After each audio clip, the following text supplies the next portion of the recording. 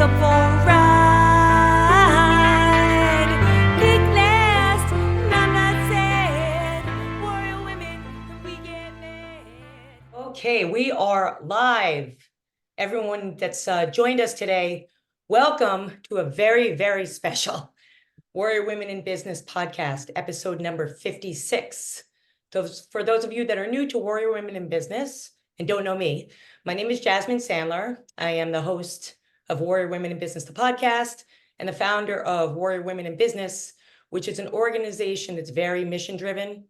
The mission of Warrior Women in Business through this podcast and through events and through programs is really to help female entrepreneurs and women in the arts thrive. So my job is to bring in experts in different verticals, coming from different backgrounds, to share their stories. Warrior Women in Business has a lot of things coming up, so I'm just going to mention them up front. For those of you that are live tomorrow, we are a partner. If anybody knows anything about Warrior Women in Business, we do as much as we possibly can to help women and children in need. Tomorrow, we're a partner in the MAG Gala at the Plaza Hotel. If you haven't gotten tickets, we'll share information afterwards. But the MAG Gala raises money to help victims of domestic violence. We've been involved with that in the mayor's office for a few years. We also have on June 28th, for those of you in New York City, we are part of New York City Music Month through the mayor's office, and we are co-hosting an event of which Warrior Women, the song, will be broadcasted. So I'm pretty excited about it. Anyway, so enough about Warrior Women in Business. And hopefully that was very short. I really want to maximize our time with my guest today. So first of all, I want to thank Mr. Peter Cuneo for being on today. So you can wave and say hello if you'd like, Peter. Hi, I'm very happy to be here, Jasmine. I'm looking forward to our conversation. Yeah, and for those of you that don't know Peter, which I think would be crazy, Peter he's really embodies a lot of what Warrior Women in Business, our mission is about, which is developing women as leaders. And becoming a leader, and Peter can definitely talk about this today, is no easy feat when you own your business or you're an executive. And there's lots of traits and characteristics that people talk about with leadership, like going back to actually Peter Drucker comes to mind. But I think what Peter does is he does an excellent job of distilling that down. So he has a podcast called Superhero Leadership, of course. And we're going to talk about today his own 32 essentials of superhero leadership, of which I've been digging through in the last few weeks. He also, if you don't know, is the former CEO and vice chairman of Marvel Entertainment. We all know Marvel Entertainment, Marvel Studios, but maybe some of you comic book people that are on this podcast have no idea that it was in bankruptcy. And Peter led the turnaround, a multinational conglomerate, and helped to sell Marvel rather to Disney. Was that 2009, right? I think. That's correct. Mm-hmm. For $4.5 billion. And everybody loves Disney. So they have to know where the Marvel story came from. I mean, for someone to do that means they have to make a lot of decisions and take risks. We're going to talk about that today. He's considered one of the world's top turnaround specialists, or turnaround CEOs, I should say, Peter. And he's turned around companies like Clairol. I don't know if you know, but I actually did marketing for them a long time ago. So I know the company, Black & Decker, and of course, Marvel.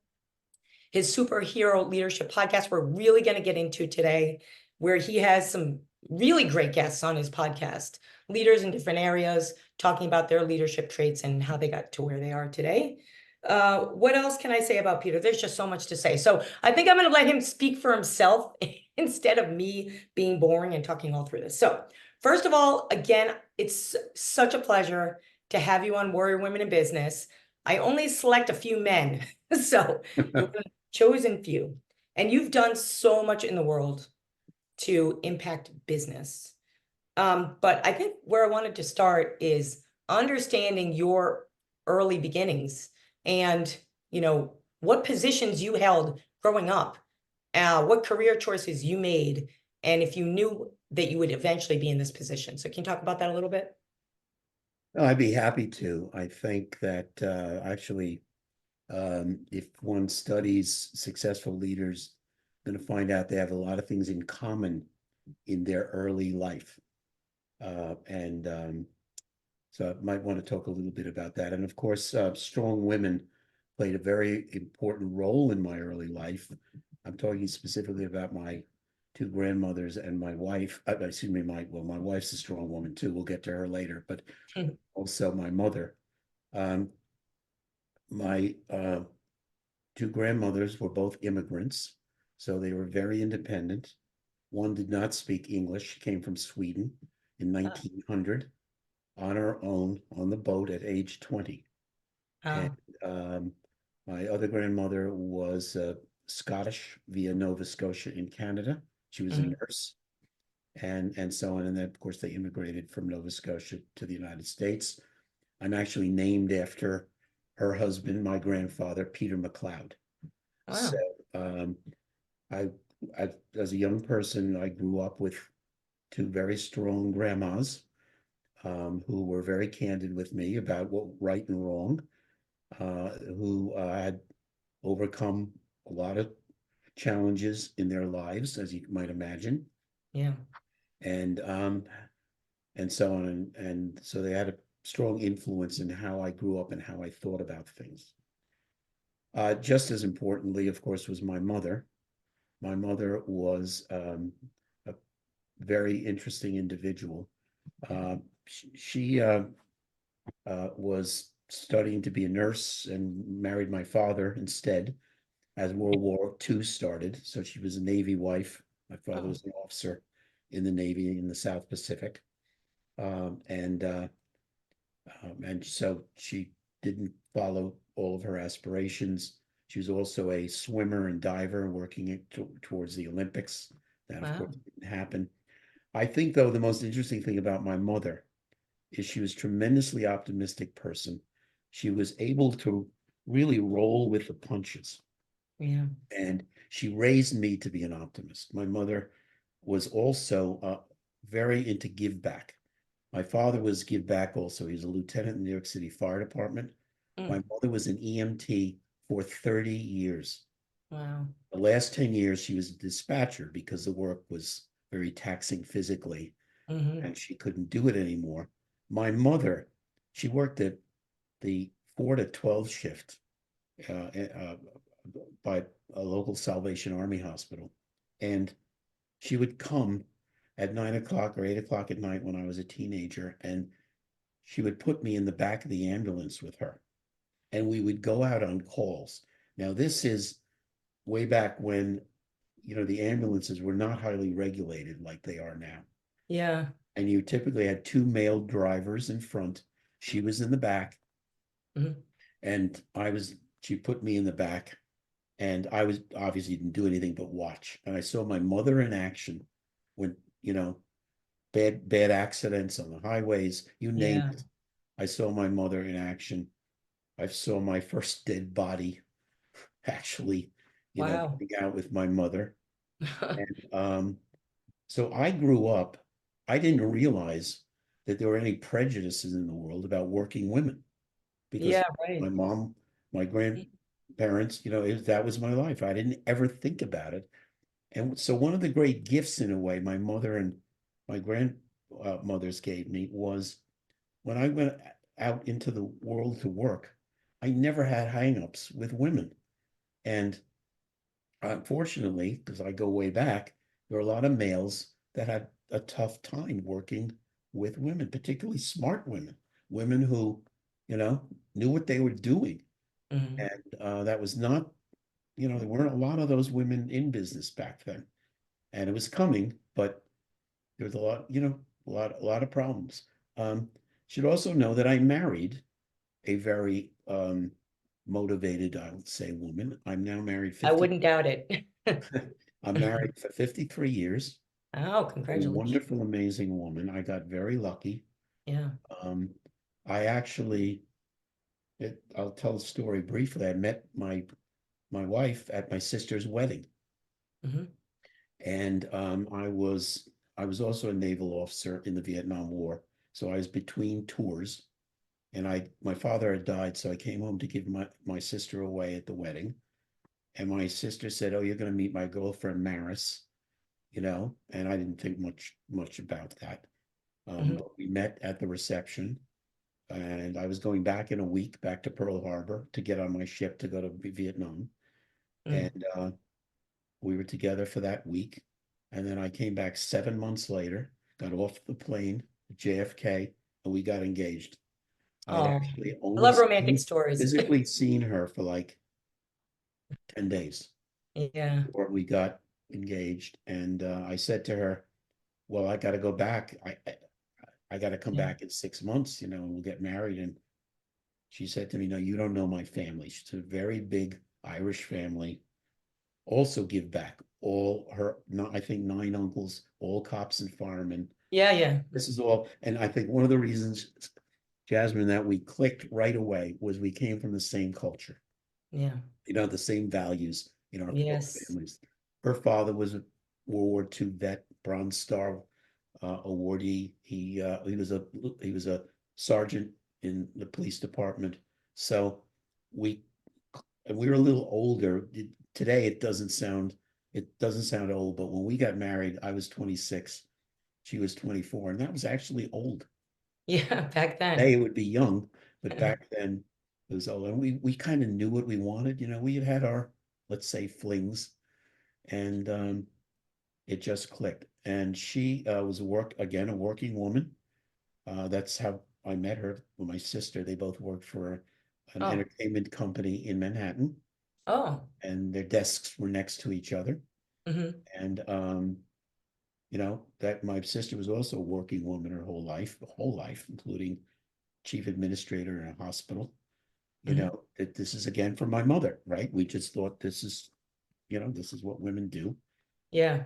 Um, and so my wife's also very feisty. She's been a horse lady.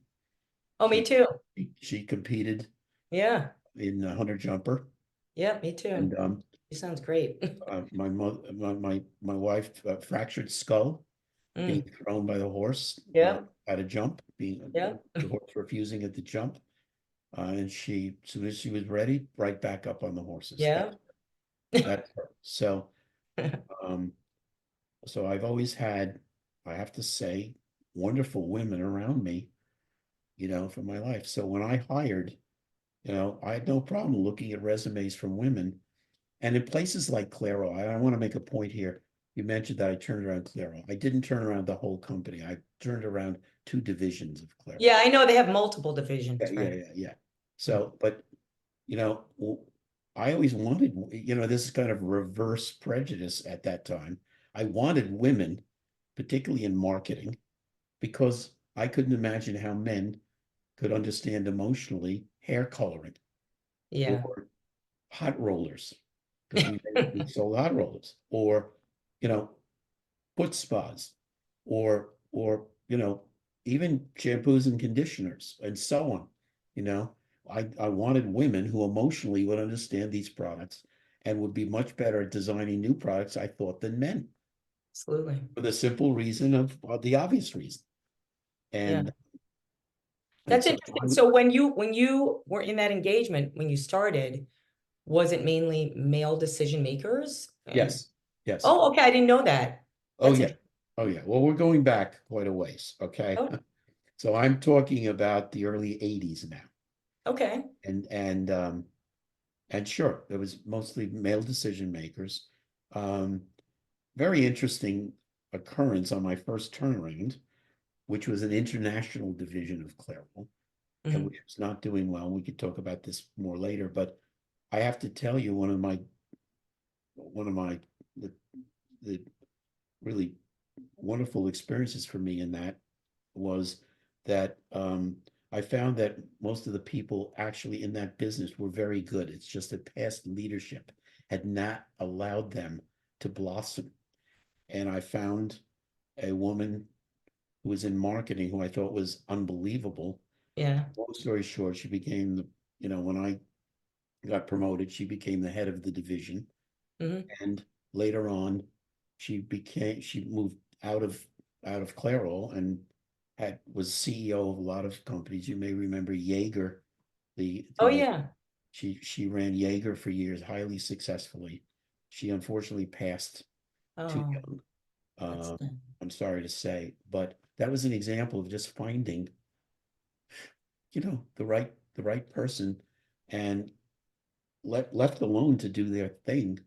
I love to tell you that that was my leadership. I left her alone for the most part, you know, and yeah, she but was that so that's good. that's an important trait of a leader as well. Well, I find, sometimes, yeah, sometimes it is if you find the right people that you can do that with.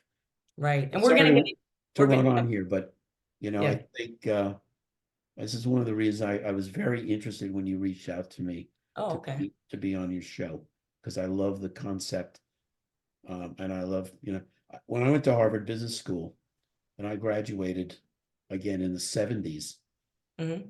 only 4% of the class was women. Yeah. 4%, 5%. Today Hmm. it's 50%. So it kind of shows you how it's changed for the better so much. Yeah, it really has. I think my dad went to Harvard. Mhm, And back then there were, yeah, many women, and my mom went to an all women's college. mhm, But she became her own leader in her own right. And yeah, yeah, so I get it.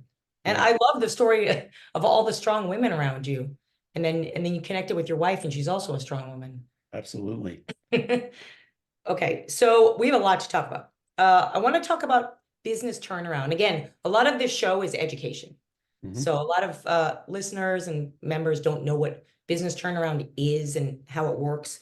Can you just talk a little bit about what that looks like, particularly in your areas of strengths, when you come in and you get asked to turn around a business? Like, what does it look like? Mhm. What areas Sure, do you touch? Just, sure. I know it's a broad question, but That's a good question, though. I think when I say a turnaround, it means that a business is in trouble, and it may be financially in trouble, on the verge of bankruptcy, for example. It mhm. may not be so much financially in trouble as strategically in trouble. The, the sales are going down, something is wrong. The owners, and if it's a public company, the owners are anybody that owns a stock. Oh, yeah. But when I started out, I was doing divisions of very big companies. Mhm. Clairol was owned by Bristol Myers Squibb. Okay. Right. Yeah. So I started just doing divisions. You didn't have to worry about the cash so much because these are big companies with big treasuries, but Oh, you still, the businesses were underperforming, and the oh, powers that be were looking at them and saying, this, we should be doing much better. That we need to turn this business around. Sales should not be declining. They hmm. should be going up, and et cetera, et cetera. So um, that's what I mean by a turnaround. It's a business. And by the way, we talk about business on your show, but it can be any leadership situation. It can Yeah. be a nonprofit, that's in trouble for Hmm. various reasons. But basically, I just uh, would I became very interested in turnarounds. In fact, I had no idea I had any skills in turnarounds. Most people will not take these jobs because of the risk, and I don't blame them. There's something wrong with me, Jasmine. I have to You admit, something wrong. have to have something wrong Because, with you to be a leader. well, I wouldn't go quite that far, but I know what No, you're I'm saying. joking. But But it's good. I mean, it's I necessary. I ended up enjoying being a fixer, Yeah. and so I've done 7 of these. Marvel is the Wow. one that gets the most attention because Of it's course. sexy, I guess you could say, Yeah. and so on. But there were 6 before that, including some Mm, overseas, which is harder to turn around because the social laws are very different in overseas than here.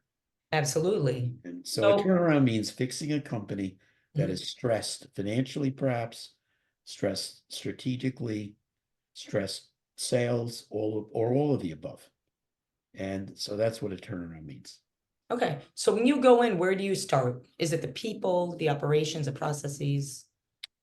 Well, it's very interesting because a lot of the turnarounds that I've done, I had no background in the Oh, actual yeah. industries they were in. And Mm, well, Marvel would be an example. I had no idea how to make a movie. I had no right. idea how to publish a comic book. Okay.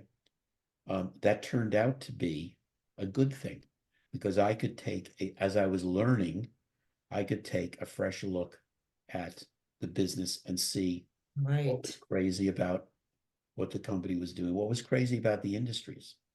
Let me tell you, creative industries like that can be very crazy. Oh, And I know. but I had a very strong, I want to make the point here. I will make it several times that someone who has success as a leader doesn't do it alone. Don't let anyone ever tell you they're so great. They just took charge and that was it. No, you need good people Absolutely. to work with you and for you. Okay. Mhm. Yeah. Sometimes you find them, they're there already. Sometimes you have to go out and hire them. Mhm. But the thing that I'm going to say that I always want to look for right away is, believe it or not, the culture of the company. Mhm. Okay. The culture of the company. Now, what do I mean? I mean the value system, how people think, what the company thinks is important. It's not just tactical and strategic changes, it's also how we work together, how we treat each other. Mhm. Okay. And I like to say that in every turnaround I did, the culture was bankrupt when I came. The company may not have been Interesting. financially, but the Mhm. culture was completely wrong. And so that's what I would be looking at first off is, what went on? What are people saying about the future? How are they feeling? You know, Mhm. I would often talk to my direct reports, ask them, if you were me, what changes would you make? You can learn a lot about people, by the way, when they Yes. have to answer that question, you know. Mm. And I could tell from the answers who was going to make the trip with me and who wasn't. Really, Right. Of it's course. you learn a lot from that kind of thing. Mm. And so and it takes time to make a culture, change a culture, because you're changing the way people think and the values that they have and that they believe in. And anyone that tells you change the culture with a snap of your fingers never changed it, never had to do that. I went through a merger and acquisition when I was with IBM to Yeah, AT&T, yeah, and I saw two, it was like black and white cultures. exactly. And Yep, I tell you, that was, ugh, yes, it was a real problem. it was a real problem. And this still occurs, by the way. Yeah. This is really interesting. It still Mm. occurs. Um, I have AT&T bought Time Warner. Yeah, yeah. That was a disaster too. Yeah, yeah, I remember. Okay. You can't have engineers telling movie people what to do. Right. It doesn't work. And vice versa, by the way. Mhm. Yeah. So anyway, so I would look for the culture and start to change it and talk about it. One of the biggest, I guess, tools that you have as a turnaround CEO, or any leader trying to make change, radical change in particular, is communications. It sounds funny to say that's a tool, but what I've always found in the situations I walked into is that the communications have been very bad with with the employees, particularly in a multinational. Most of these were multinational businesses, Yeah, I can imagine. and so communications didn't happen very often. They were very stilted. By that I mean on a very high level. They didn't come down to everybody else's level. Um, they were not consistent. But you can't. Bad leaders basically start communicating whoever they talk to last, Yeah. whatever they told. That's the new communication. No, you have to be consistent. Okay, if you believe in change, you have to be consistent and communicate often. Very, very important. I used to do pizza lunches. So Hmm. what's a pizza lunch? I'd get 10 people in the room with me from Hmm. all levels of the organization, from Okay. the lowest level up to someone who reports to me. Okay. And we would, get in a room for lunch, conference room, and we'd have pizza and salad or whatever brought in. Yeah. And I would talk about how the business is doing. If this was an hour, I might spend 20 minutes talking about the company. And then I would open the floor, if you will, to anyone who would want to ask me questions.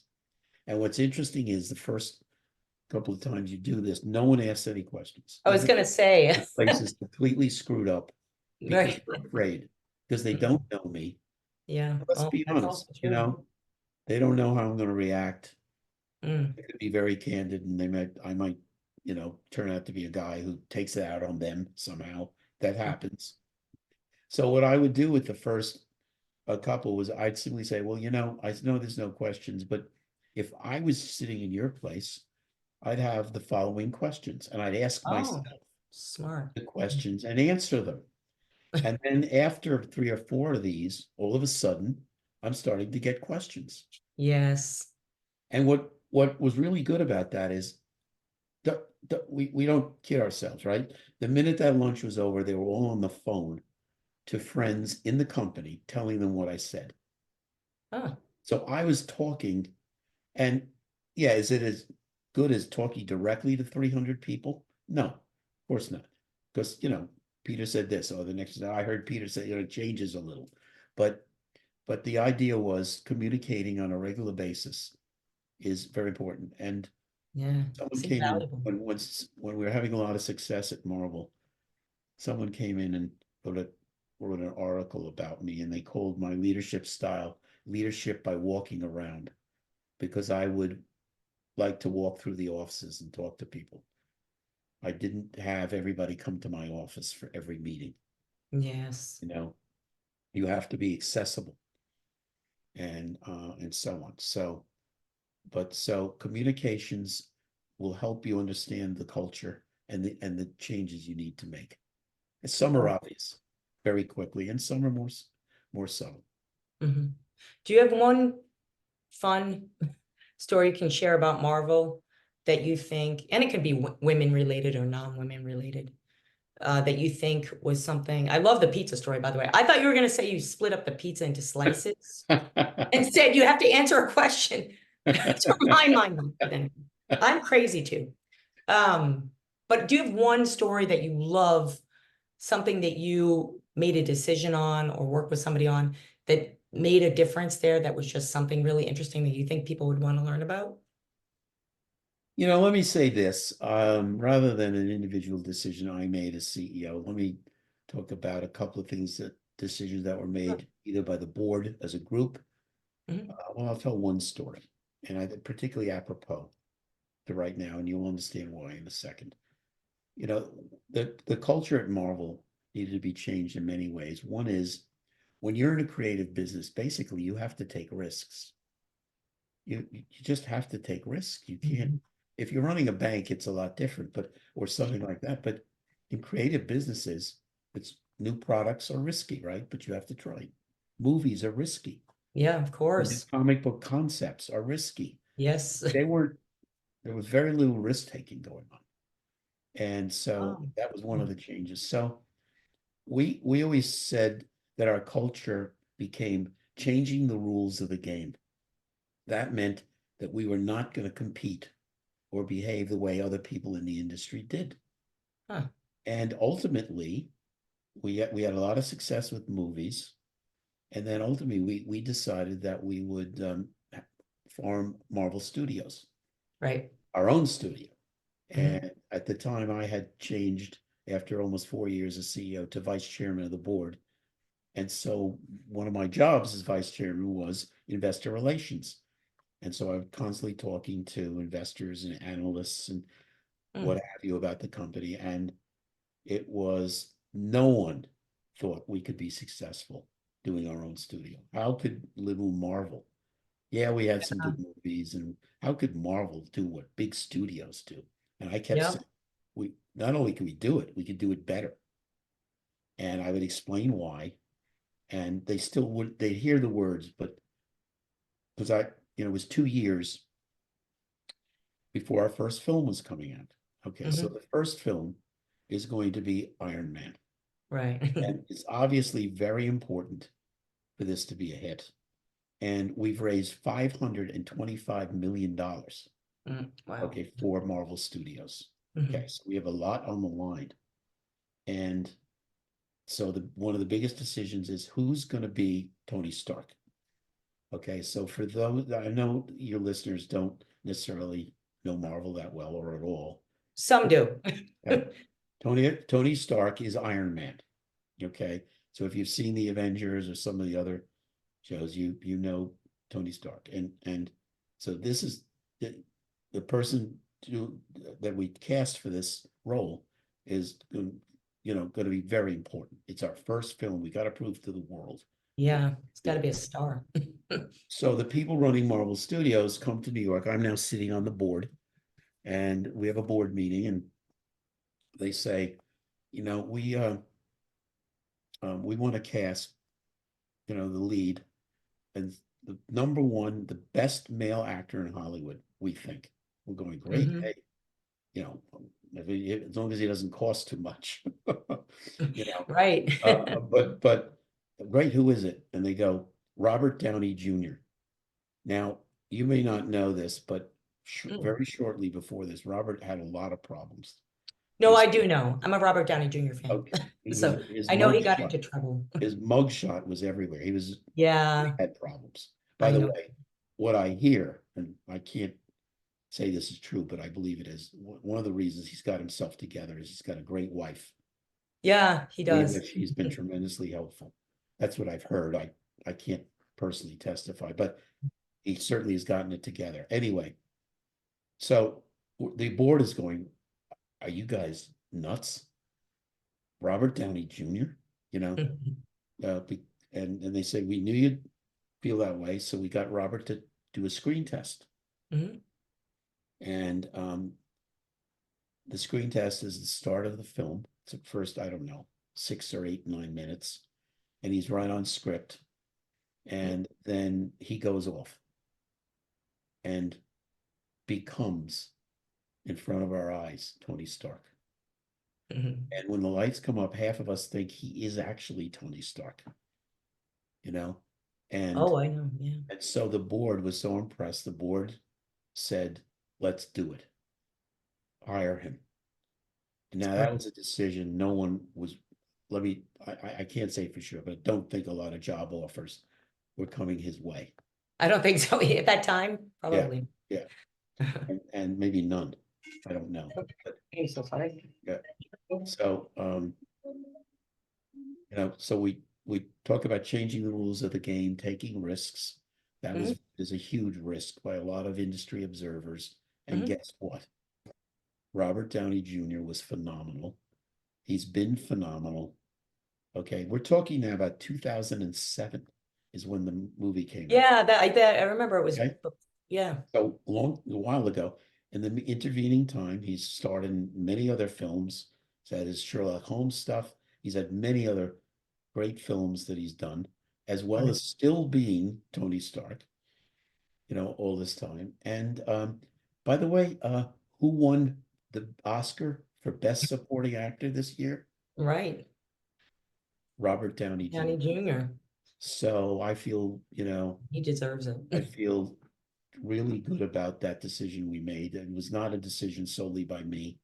It was a group. It's funny because I don't think I could imagine, or anybody that follows that story could imagine anyone else in that role. It's interesting. I think he was the exact right Yeah, fit. no, if you'd asked anyone on the board, we never would have come up with him as a candidate. But what we did a lot at Marvel, it was doing things differently. We just broke the rules. Imagine that being a little bit fun in a creative industry, being able Risky to do when that. you decide you're gonna just compete differently from what people have been doing for decades, and even generations. So, but Yeah. I mean, I Marvel think that's Studios very itself is important. an example, Excuse breaking the me? barrier, Yeah, yes. and now I think fragmenting the movie industry, so if you will, with all this streaming I feel like that was the beginning from my perception. It's really Well, we could talk a lot of, I mean, we can go in a lot of different directions here. One of the things, so a couple of things that I think are worth mentioning, even if you don't know anything about Marvel, you're a listener, or you might have, or comic books. when I decided to go to Marvel, you know, I of course do homework first. I don't just take a job. And Marvel had just come out of bankruptcy, and Marvel had 7,000 characters. Okay, Wow. now the A list might have been 10 or 12 characters, right? Mm. You know, the ones we all know. And the Spider-Man. B list might be 20. Okay. And they Yeah. have 7,000 characters, but many of them were in one comic book 40 Mhm. years ago and never again. So Yeah. it's a little misleading to say 7,000 characters, but um, we again, it was all very different. What even I could see as an outsider made the Marvel characters more valuable than, say, other competing characters Mhm. was they were very different in one very important way. When Stan Lee and his editors in the uh, from 1961 to 1965, they created all those characters now. Mhm. And what made them different is they all were flawed. They all had, they all had powers, but many of them couldn't handle the powers. Yeah. Spider-Man gets his uncle killed because he gets arrogant about his powers. Um, the they're all flawed. They're all coping with problems. You got to know them because we were very important to tell the origin stories of each of the characters. This is how you get people emotionally connected to them, Yeah, of course. and so on. And people could relate to them. Every kid in high school thinks they're a mutant, thinks they're an X-Men. Yeah. Really, and it's natural, by the way. We all went through am I going to be I'll go popular? through that Look, stage. I'm pretty good at this, but no one knows it. Or maybe people won't like me if I let them know this part of me, and all of these different things. Every minority group likes the X-Men because the X-Men are different. They're feared because by other people because they're different. They don't know them, but they're feared by automatically, you know. Hmm. And so a lot of minority groups, I think, relate as well. So this is what made, though, the characters so you could people could really get behind them. You could not get behind Superman. Superman was omnipotent. You couldn't kill him. He could do everything. Kryptonite was invented eventually years after Superman first came out because there was no tension. Yeah. So I thought, oh my goodness, we've got an edge up with this intellectual property. And I was pleasantly surprised it was even better than I thought when I got inside the company. So much value. Yeah, yeah. So you it's uh, the name of the game in entertainment is owning or at least controlling your intellectual property. Yes. When And Marvel went it's through such a creator bankruptcy, economy now. yeah, when you go through bankruptcy, you get control back of Mm. your characters. That's part of the Oh, process. So interesting. Marvel coming out of bankruptcy had owned and controlled all these characters. So that was like you know, I don't know, a gold mine, really. And so, that's what I was part of what I was banking on when I went there. Yeah, I mean, a company doesn't realize what they have until they break down. And it sounds to me like, having somebody come in like you to see those pieces, and I think you really eloquently talked about the culture, understand how to develop a better culture. Uh, so I mean, most of the women and people that I deal with in events and with Warrior Women in Business, they're generally smaller than a Marvel, but I think that they struggle with the same issues. They struggle with, number one is scalability, communication you talked about, and they're different because they're creating culture, right? Mhm. They have culture Right. already that needs to be fixed. Yes. So what would be a bit of advice you could share with female entrepreneurs, maybe small businesses that have been around a while and perhaps they're stuck and they don't really, that's why I had you start with turnaround. Mm. Maybe they don't even know they need to be turned around and they've been existing flat for 10, 20 years. Mm. Well, it's better for women in business than it used to be, but there's still a way to go, I think. Mm, And but it's certainly come a long way. It's as I said, but no, I think you need to find mentors. The first thing for women, and you need to find mentors, and they can be male, but mhm. also, of course, female. And you need to talk through these issues. Mm. Everybody's situation is different. Everybody's personality is different. It's hard to give you just one piece of No, of advice. course. Yeah, One piece of advice does not fit all. Uh, right. but I also think that that I think you have to fight. I think you have to fight in some cases. Yes. And I don't mean start screaming and yelling when I say fighting, but when you're not being handled properly or treated fairly, you have to say so. And, And on my podcast, I have interviewed two women who are amazing. Soledad O'Brien is a mhm, former um, anchor for CNN, but she's got her own company. She's mhm, doing great work. mhm, She's devoted a lot of social issues. She's a great person. She has a very interesting background with her mother and father were multi cultural. mhm. Um, um, they had five kids, and all five went to Harvard. Wow, that's tremendous. Yeah, it's a great story when you get into the details. But she's a terrific lady with great values. She has, by the way, a nonprofit devoted to taking young women who are capable of great things and getting them into great colleges and Ivy League schools and other things, and they do really well. Um, and also Trisha Wilbur is not a name everybody knows, but Trisha was the chief marketing officer for Disney in Europe, the Middle East, and Africa for 10 years. Yeah. And imagine a woman, 40 countries. Imagine Mhm. a woman, some of those countries, cultures do not accept women in business at all. No, And then you've got to take these certainly not the Middle Marvel East. characters and Disney characters and make them relevant, Mhm. and so on. And when she retired, the sales for her area was something like $22 billion. Wow. And if you meet Trisha, she's not one to tout herself or Yeah. whatever, but I think some of your listeners would be very interested in hearing Soledad and Trisha talk on Yeah, their. I listened to the episode. It's a Yeah, great episode. I definitely will. We'll put that in the show notes because I think uh it's something for women to strive for and pick things out because we have, women the way that we run companies, we have similar traits.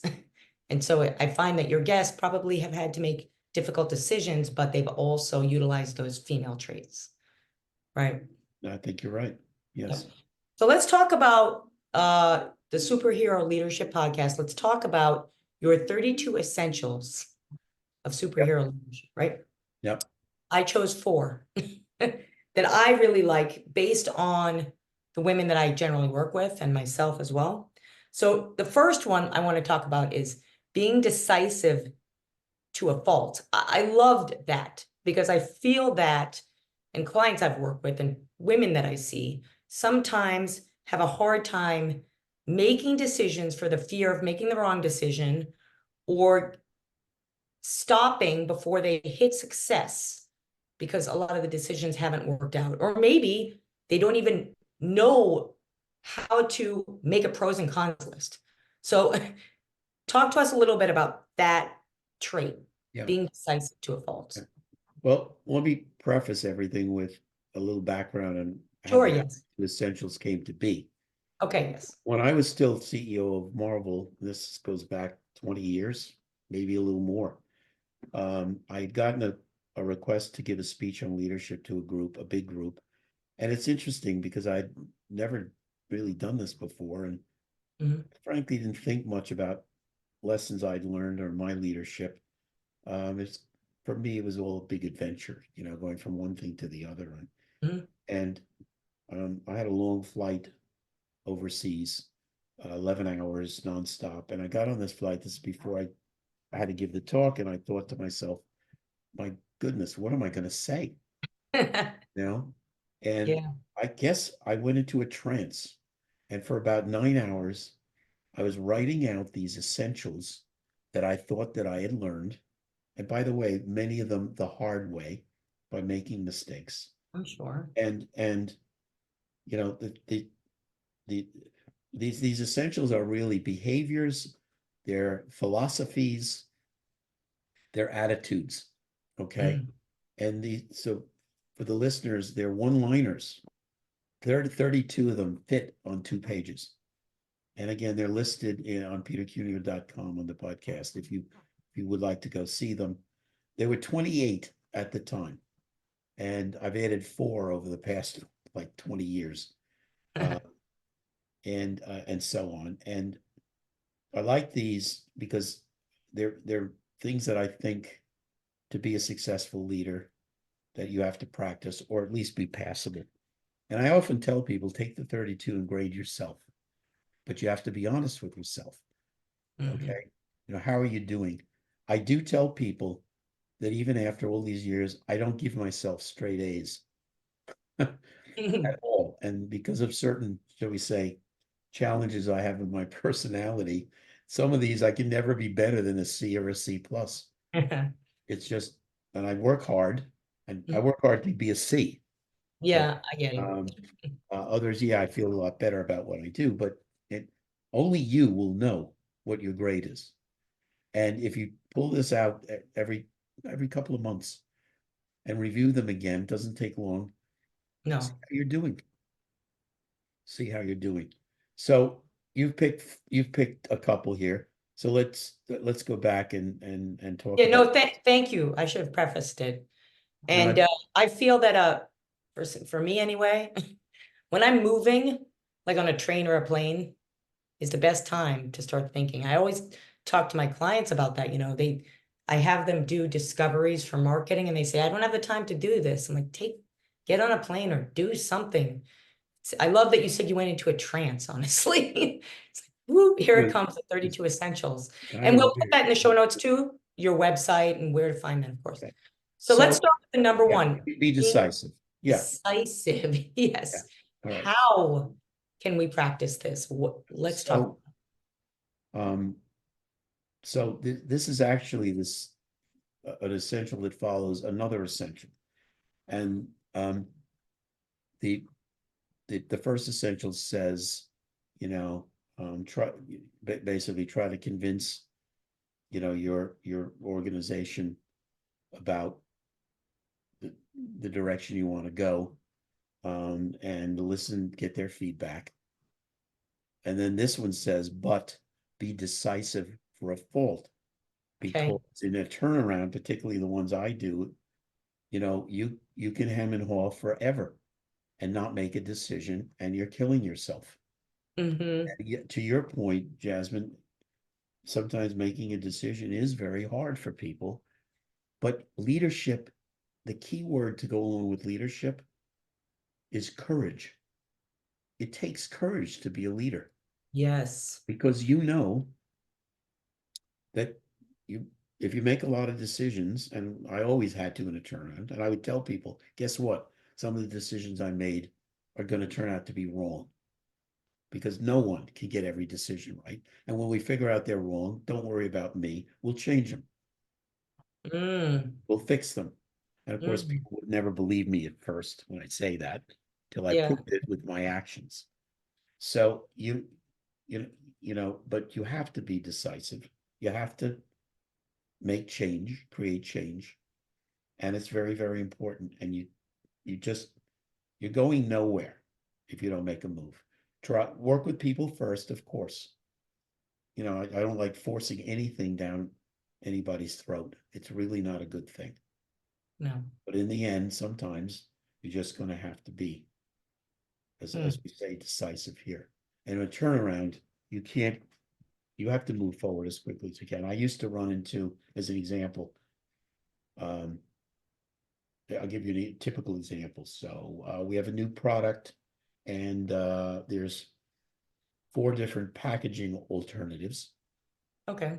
And normally, if you were doing fine, you do research. You take those packaging alternatives out to consumers, get a Mhm. reaction, focus groups, whatever, etc. But you're in a turnaround. One, you have no time to wait. Two, you have no money to spend on research. Yes. So you get in a room and you with other people, that have background and expertise, and you make a group decision on the spot, basically. I mean, after an hour discussion of mulling these things over. And I have had, and you know what? Most of the time you're right. But I've Yeah, had people who, including people I've hired from the outside, who could not pull, pull the sure. trigger. And they were great in big corporations with lots of money and time. But coming to this kind of an environment, they they couldn't do it emotionally. I feel like that's a superhero characteristic of entrepreneurs. In a sense, they can Sure. make decisions. I mean, they make a lot of bad decisions, but Well, I think so this being decisive, and I think that's part of a cultural change as well. mm, It's not just you personally, but it's your organization, okay. people in it to be decisive. Come knocking on your door, or coming to your cubicle, or whatever form it's taking, getting on a Zoom call. We got to make a decision, you know, coming after you to make a decision. That's when you know you've really made the leap. Okay. Wow. This is Yeah, a problem. We have to fix it. We got to do something, Peter, now. So um, hard to do. That's why it's on this list. yeah. But I picked it first because I think it's the yeah, hardest to do. well, I wanted people to hear it from you. there's I think there's critical. I just want to think. I'm looking here. I think you may. Yeah, yeah. There's one other one that I always think is even harder, and it's number 18, which is being emotionally comfortable with the fact that Hmm. making change will upset other people. And in Mm, some cases, they'll never forgive you. I don't say that in the thing, but the change upsets human beings. Even quote good change can upset people, and right. you just have to live with the fact that there'll be people who will be very unhappy with whatever you're doing, Hmm. and you have to be comfortable and live with that. You don't have to like upsetting people, of course Yeah. not. But if I move in a turn, I move manufacturing from the United States to Asia, Mm, there's some people in manufacturing that will lose their jobs. yeah. I'm saving everybody else's job. Why? Because the competition is going there, and the same products we make in the US cost half as much to make in Asia. So what happens when we're on the shelf, let's say in Walmart, at Mm, $100, and they got the same product with the same features for $50? right. We And lose market made in share fast. America is nice, but most people are not going to buy made in America for twice the price. Okay, Right. so you have to move. It's not even really like you decided I'm just going to do it. You have to move. So you're going to have people who lose their jobs in manufacturing, are not going to like you. You're going to be very unpopular with them. But ultimately, all the other people that kept their jobs, and then the turnaround does well, you know, they're not going to thank you, but they're happy. Yeah, absolutely. So Okay, so let's move on. I love the next one I chose because this is a goal of most business owners, I think. You have always hire world-class people, never settle.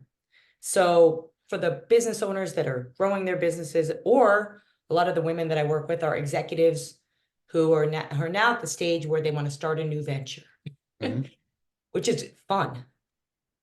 sure. How do you, how, first of all, what's a world-class person to you based on all the experience that you have? And I know it changes per industry and company, but just kind of in general. And how do you not only hire them, but I would say retain them if you're, how do you retain them for the long term as well? Yeah, well, so let me say, first of all, most people, world class or not, don't want to come to a turnaround. It's too risky. So when I was looking to fill important positions in the companies that I was working on, one Mhm. of the things I found is that search firms could never help me. Yeah, yeah. They couldn't, they don't, they don't really know who is emotionally prepared to cope with a turnaround or a difficult situation or job that needs change. Mhm. Okay, or not. Yeah. So I had to try to find them myself, and I would do it mostly by talking to people I knew or getting leads from other people. Yeah. Who's, I might even read an article about somebody and call them up, you know, Hmm. and so on. As far as being world class, and let me just say on this one, this is the hardest. This is really a hard one. And I'll be honest with you, I put never settle, but I probably should have put try to, because no one can find world class people for every job. You can find adequate people. Yeah. World class, and I'd be lying if I told you no problem. I always found world class people. No, I didn't. Okay, but I think it's more about that's where you should start. You know, most Right. people don't start there. They don't. They're looking for adequate people. Yeah, that's See, true. you see, Jasmine, there's a word that I don't particularly like. It's called average. I don't like the word I average. hate try and average personally, but yeah. Okay, well, average to me, and that's again part of the cultural changes that I often had to make. I would come to an organization, and average was okay. Yeah. Okay, Yeah. we're going to create some advertising for our product. We tested it with consumers, and it's fine. It's the same as that big competitor we have. They test the same. No, it's not fine. Right. It's not. But you come into an organization again. It's cultural, and they average is okay. Well, Right. if you're only going to aim at average, sometimes you won't even hit average. Hmm. Okay, it's just common sense in a way. But so anyway, so world I so when I'm looking for world class, of course, it's a whole bunch of different things, but it's mostly it's their background and what have you, but it's also their personality. Can they Hmm. exist? Have they been in tough situations before?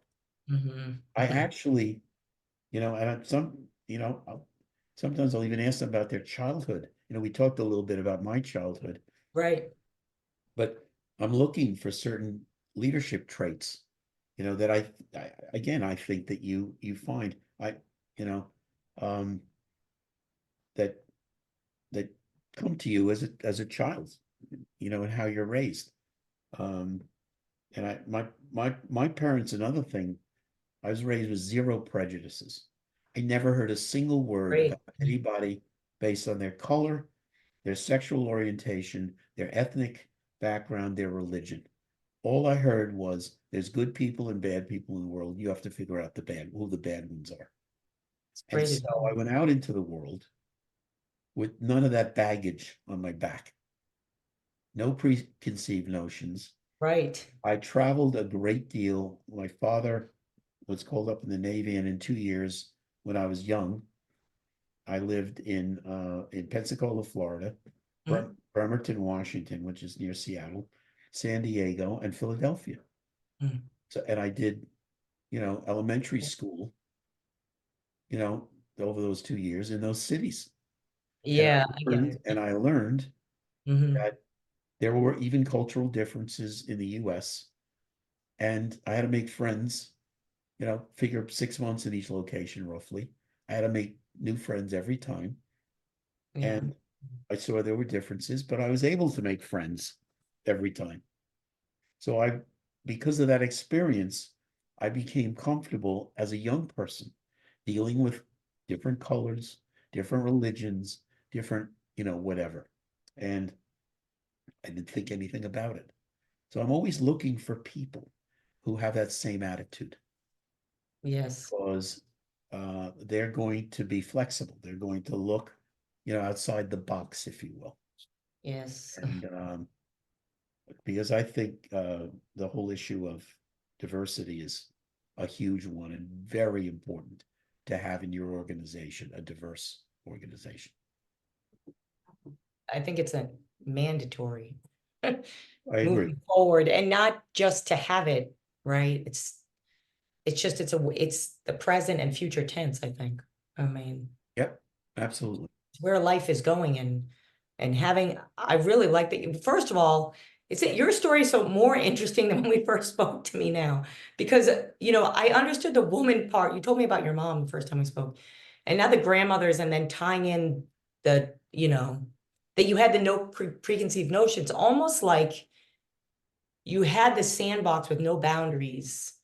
Yep. And I love that. And I love that. And I think that's why these traits, these essentials rather, um, they're definitely you, and so many people can learn from them. So I'm just gonna keep going. Okay, the next one I chose, and I don't want to take it out of context, but I may have, so apologize if I do, but knowing the difference between managing and leading, and I think you talk about managing things, machines and things, versus leading people. So is that about not managing people, or let's talk about that a little bit, because it was interesting to me. So again, I only use the word leadership when it comes to human beings. I don't use management, Got it. whatever. It's always Um, leadership or leading. Because you can manage other things. I think I say you can manage cash, you can manage machines, you can manage right. inventory, you can manage things. The big thing about them is they'll do whatever you want and they don't talk back to you. They Nope. don't question your decisions. But people are very different. And there's so many leaders that don't see the difference. Okay. They'll talk Mhm. to the people in their organization as if they were machines, as if they don't recognize the emotional side of this. And people, while the machines won't question your decisions, people will. And that's absolutely their right. And Yep. that's okay. It's absolutely okay. And you want to know what they're thinking anyway. You want to have a dialogue. Okay. And so, yeah, I think you lead people. And that's why I say you lead people, but you manage things. And I got a question about that leadership. So in a growing company, if you're leading things, Mhm. you know, how do you scale yourself as a leader? You lead 5 people, 10 people, 20 people, and then you have multiple departments. So is there anything you could share about that piece as you grow as a leader?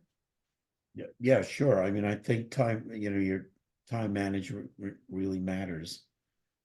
But as you get bigger in an organization, you still want to keep in touch with the people that you work with and that work for you as much as you can. Obviously, if it gets very large, you can't necessarily communicate with everyone directly personally. It's not possible. But Yeah. also, you instill the people that work for you to think the way you do. So they're doing what you used to do. Okay, this is all part of the culture. Right. That goes back to the world-class people. Yeah, well, that's true too. Yeah, and then they will ultimately, if they have the right people, they'll pass that down as well. And so you have less leading to do, with them. And as you go higher in the organization, sometimes you have to lead your boss or lead your peers Yeah. when you get high enough, because your success will depend on your peers in many cases, Yeah, how they absolutely. do, and then there's always politics and everything else. Mhm. How do you tell your boss that they're screwing up? That's a tough one, right? So Yeah. you'll spend more time looking sideways and upward as you go higher in the organization. Not that you want to get away from your organization, but you depend and you train people below you to, if you will, pass on, the and communicate, pass on the culture. So it sounds like everyone needs to know about leadership, because essentially even if they're leading a small team, they need to know how to lead as well, right? Totally. Yeah. Because I've seen Absolutely. that screw up, pardon my language. Many companies I've done digital marketing for. There's also There's something, not so many leaders, there's so many managers and to-dos, and then they have these leaders and yeah. And it's sometimes it's not about actually having people reporting to you. There's something mm, called thought leadership, right. basically, which can be very difficult. You're trying to convince people that don't work for you of a certain that the organization or they individually should take a certain direction. And you know, so and in every organization there are thought leaders that don't have anyone working for them, That is true. you know. So Mm, they have an important role too. absolutely. Okay. The last, not saying that all of these essentials aren't important, but we would be here for hours.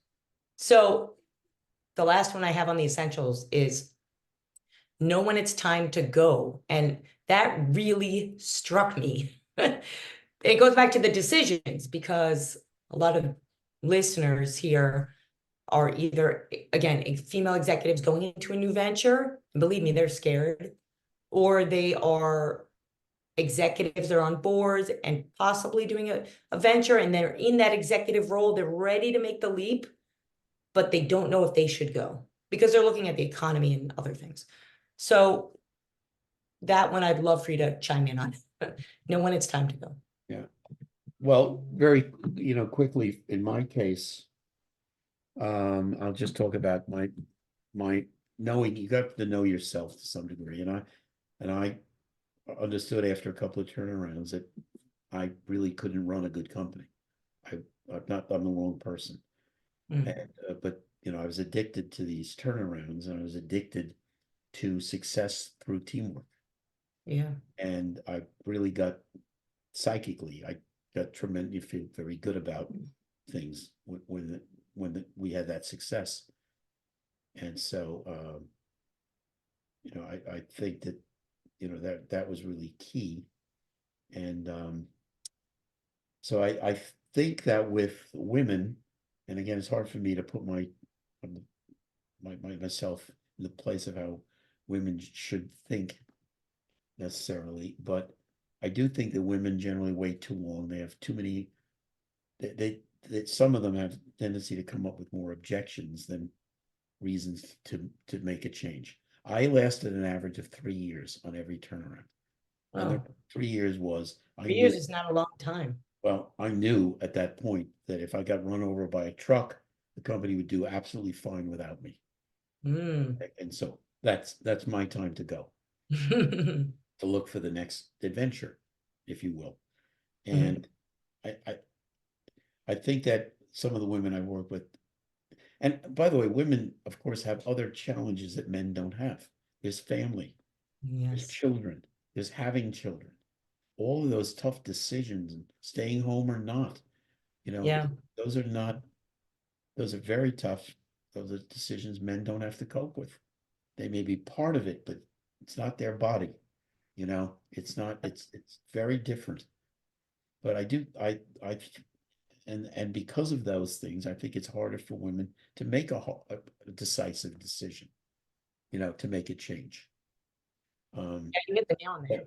but having said that, I mean, I think most human beings know when, they've gone as far as they can go, they've learned as much as they can learn, they've progressed as far as they can go in a certain organization, Yeah. sometimes for reasons that have nothing to do with them personally at all, you know.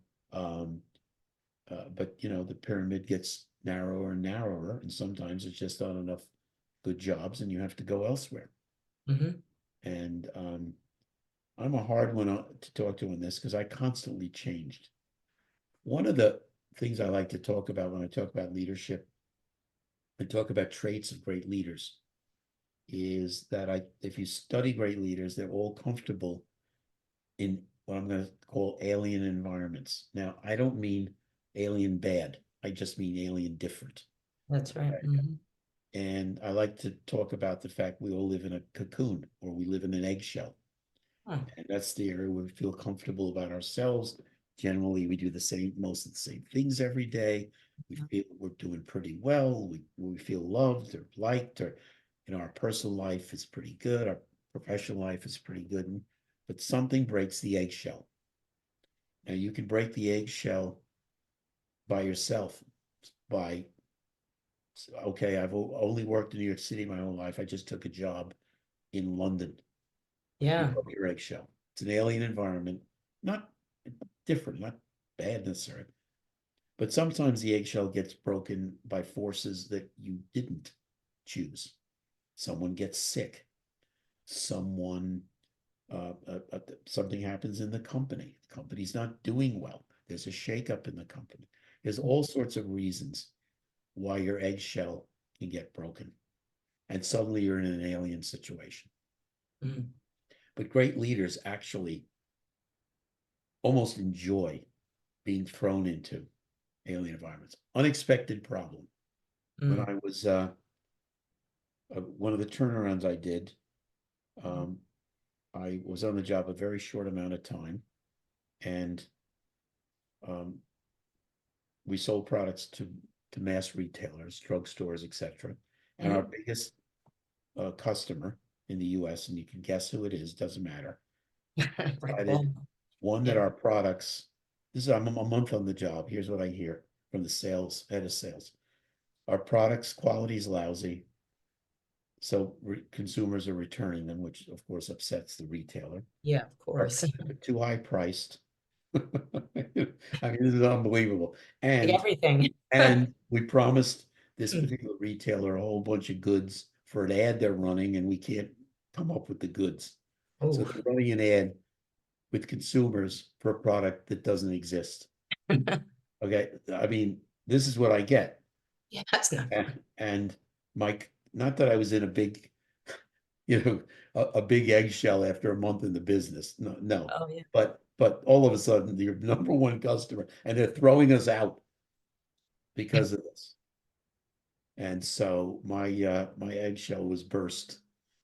And I had to do a lot of things. We eventually got in and did very well, but it took me 6 months to even get to start to get in that retailer's good graces. Um, but we did finally, and in the end, because of change in culture, we actually overperformed. We did much better than we were doing even before they threw us out. So, but good leaders go with the flow, and Yes. they almost welcome problems. I don't want to say anyone really welcomes problems, but they're not put off I by. think they must expect problems. No.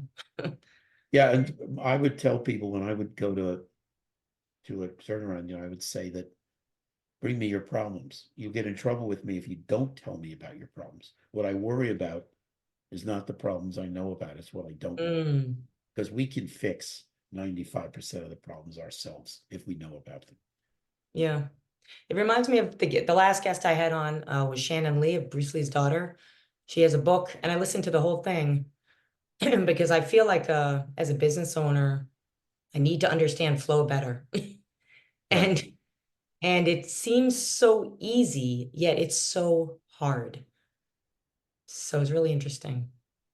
So I Yeah. love what you said about that, expecting problems or leaning into problems and going with the flow. Look, and it's human nature not to want problems. Of course, none of us really want problems. Yeah. But certain people are turned on by the challenge of fixing things. It gets, they get wound up. And so on. So when there are problems, no issue. And you see that again, if you study great leaders, you'll see that they were not put off at all. No, absolutely not. Okay, so we only have a few minutes left. I ask all my guests this question, and I actually love asking men. When I reached out to you, first of all, thank you for accepting being on the podcast and sharing your wisdom. I know it's going to help a lot of people, not just today, but in the future. Um, what did you think of the term warrior women in business? What do you think of the term? Well, I like warrior because I think women do need to be more of a warrior, and we've touched on that a little bit, you know.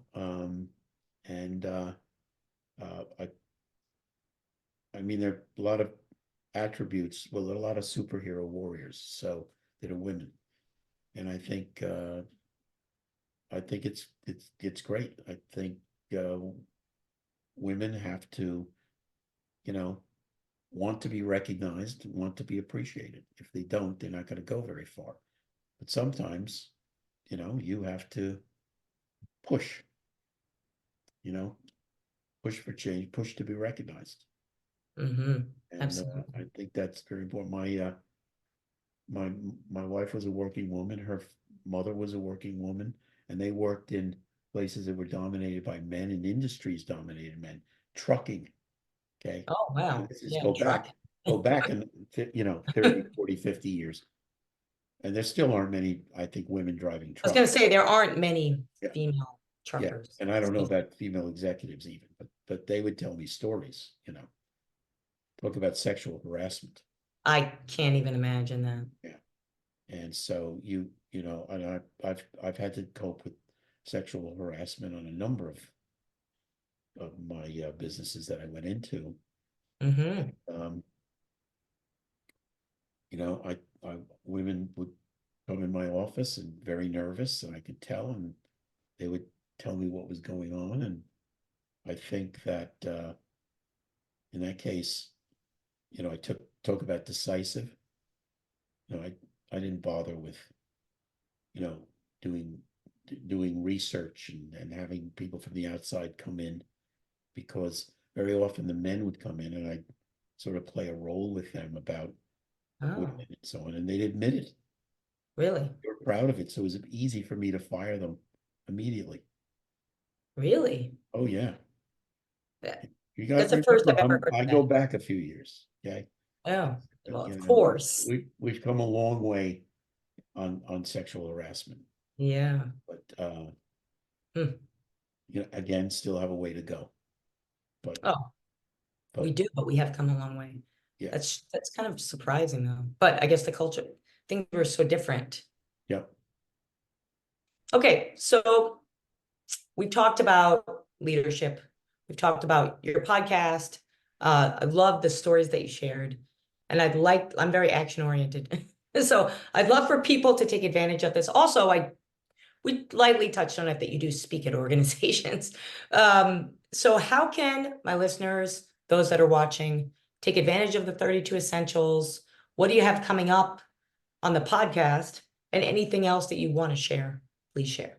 Thank you. Well, but we're just getting ready for season 2 of the podcast. I think it'll be, I don't know, a month or two before we start. Okay. But the podcast is all about learning from outstanding leaders, whether you know their names or their names you don't know, the people who have proven themselves, regardless of their gender or background or whatever. We've and you know, I think this is important for people. The way you learn leadership, though, ultimately, as we talked about, it's face-to-face communication with a diversity of people in your personal Mhm. life, your professional life, Yes. geographically, diversity in job. That's how you learn the instincts of leadership, how to influence Mm. effectively, positively other human beings. And so on. So that's what the podcast tries to do. I still do speaking engagements. I was down in Miami last week Oh, nice. to a group. Happened to be a bank, 280 people in the audience. It was a fireside chat Okay. format. I do all manner of formats, and I don't really care. Yeah. I do have an agent, Mhm. so that works on this stuff. Okay. And I was also in Miami the day before, and I did an interview on Sirius XM, which I think Yeah, I aired, saw that. I think it aired yesterday. Yeah. With a guy named David Webb, who's a friend on something Nice. called the Patriot Channel. And that was also a lot of fun. So I'm also chairman of 3 companies. Excuse me. One is public, so I'm still working in that role. I'm Oh, also on the excellent. boards of 2 nonprofits, the Mhm. National Archives in Washington, National Archives Foundation. And the National Archives keeps all the records of the US government. Last count, I think it was 22 billion, not million, billion documents. Jeez. Largest collection of antique maps of film, of Oh, photographs in the world. that's so interesting. Um, Hmm. we also, and if you ever go to Washington, go to the headquarters. It's a great place to visit. You'll see the Constitution, Declaration of Independence, the Bill of Rights, and so on. But there are many great exhibitions always going on there. And I love history. And I've talked about, looking back at great leaders, and I've always loved history, tried to learn from history. And so I recommend history to anybody that will listen. And I so, ag- I agree with you. That sounds like a good warrior women trip, honestly. yeah. And then I'm on the board of the National Police Institute, Mhm. which is in Washington also. The Police Institute is a nonprofit, not independent organization that does research to improve policing. And Oh, I might tell you a quick story actually in that regard, with regard to women. okay. So policing is a very tough job, as you might imagine these days. Police departments just can't seem to win. They do a lot of good work. I'm very pro-police, but I am the first to admit there are changes needed. And so we do a lot of independent research, and we publish our research and our findings and recommendations. So let me give you one that I think particularly applies. So Okay. we did research some time ago. The situation that actually results in the most fatalities for men and women police officers every Mhm. year in the United States is Mhm. not, car stops. It's domestic abuse, Oh, yeah. domestic calls. You know, yeah. Okay. And of course, we did this research, and you're not going to be surprised, Jasmine. The Well, research showed that women police officers are much more effective at defusing a hot situation than the men were. yeah. And in addition, the women involved would say things to the women police officers, okay, that they would never say to a man. Yeah, that's really Okay. interesting. True. And so our recommendation was that there be some specialized training for women, whether they're on a beat, in a patrol car, or maybe in big, in big cities, you could have Yeah. what you do with hostage situations. You could have people are specifically coming in to handle, those situations. So I was recently at the 110th precinct in New York City. So I do work also with the NYPD. Oh, okay. Oh, On right. You the- mentioned that previously. and I wanted to visit a precinct because it makes me smarter when I talk to them about leadership, because I know what they're going through. And I Yeah. work with the top leaders. There are 29,000 police officers in New York City, and I work with the top 125. Wow. And so I was with the precinct commander. So 110th is in Corona, Queens, and Yeah, it's Latino neighborhood. I know it. Okay, yeah. So Mm. Latino neighborhood. And so I met all the different departments. I went out with police officers in the car, and it was a great day. I learned a lot. Yeah. But the thing that I remember most is, as I'm getting a tour in the precinct, we come to the um, domestic violence or abuse or domestic situation group. It is 5 detectives, 4 are women, and the sergeant who runs the place is a woman, Oh, wow. and 4 of the 5 speak Spanish. Hmm. And I was thrilled. Now, I'm not saying that they took I really don't know. I think in New York City, they might have done this on their own anyway. Yeah. But the idea that we had come up with this research and that I could see something similar in action made me feel very good. But again, here's a situation where women, and by the way, the NYPD is extremely diverse. Oh, I know. I All the mean, way up, all the way up to the top. I notice it every time I see new recruits. Yeah, yeah. And It's I say, well, every this is the most conceivable. diverse organization I've ever Right, seen. right. It's And great. I mean, you need it it. is great. You need to be diverse here It is in the great. city. So, um, so even the people, the top 125 I work with are very diverse, you know. And I was recently talking to the chief who runs the subway patrol, okay, which is a big Oh, job. There's like 350 subway stops or whatever it is I know in New them York all. City. And actually, there's very little crime, but unfortunately, the reputation is the opposite. Yeah, I think it's funny when people call and say, "Are you okay?" We Yeah, saw this on on TV or yeah, whatever. yeah. And One I said, million you know what, people. I've lived here for 20 years, and if there's 20 incidents, come on. I mean, Exactly right. You made millions my of people point. ride the subway and millions of things happen. I Yeah, think they do a great job. yeah. I'm And you on the don't, if you subway don't all the notice time in it, New that's a York. good thing. Right. Yeah, so yeah, a million people ride the subway every day, and there's one Yes. incident that gets national attention. Everyone thinks the subways are not safe, but they are. But the chief of the subway is a black woman, Okay. Oh, I didn't and I even know. was knocked out by her. Very impressed. Very Good for impressed. her. So anyway, well, it's so nice to for you to have me on, Jasmine. I appreciate it very much. I hope I didn't bore anybody, but I doubt thank you so anyone much. was bored. Okay. Well, best of luck to you and to your listeners. And Thank you. as they go forward, just remember what Spider-Man said. With great power comes great responsibility, and with great responsibility comes great power. And that is why courage is needed in leadership. Absolutely. Absolutely. And I want to thank you tremendously for being on. Also, I've been encouraging people to listen to your podcast. I listen to most of the episodes. I love the guests, honestly. Mm. It's like they're all so unique and interesting and exciting to me, as a kind of a business nerd. But so I'm going to encourage everybody to listen in, and congratulations on the next season of Superhero Leadership Podcast.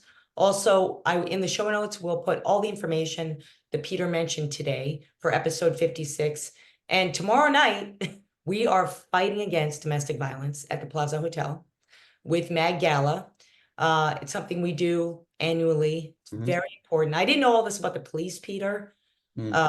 I feel like there's so many ways that they can get involved with all the things that we're doing to Mhm. help women and families defeat domestic violence, have safe places to go, and be able to work and have careers in New York City. So that's happening tomorrow night on Warrior Women in Business, is also all of our other events. So again, I want to thank Peter Cuneo for being on, spending an hour with us. Very generous. And I hope all of you take a look at his 32 Essentials of Superhero Leadership, listen to the podcast. I am a warrior woman. Watch me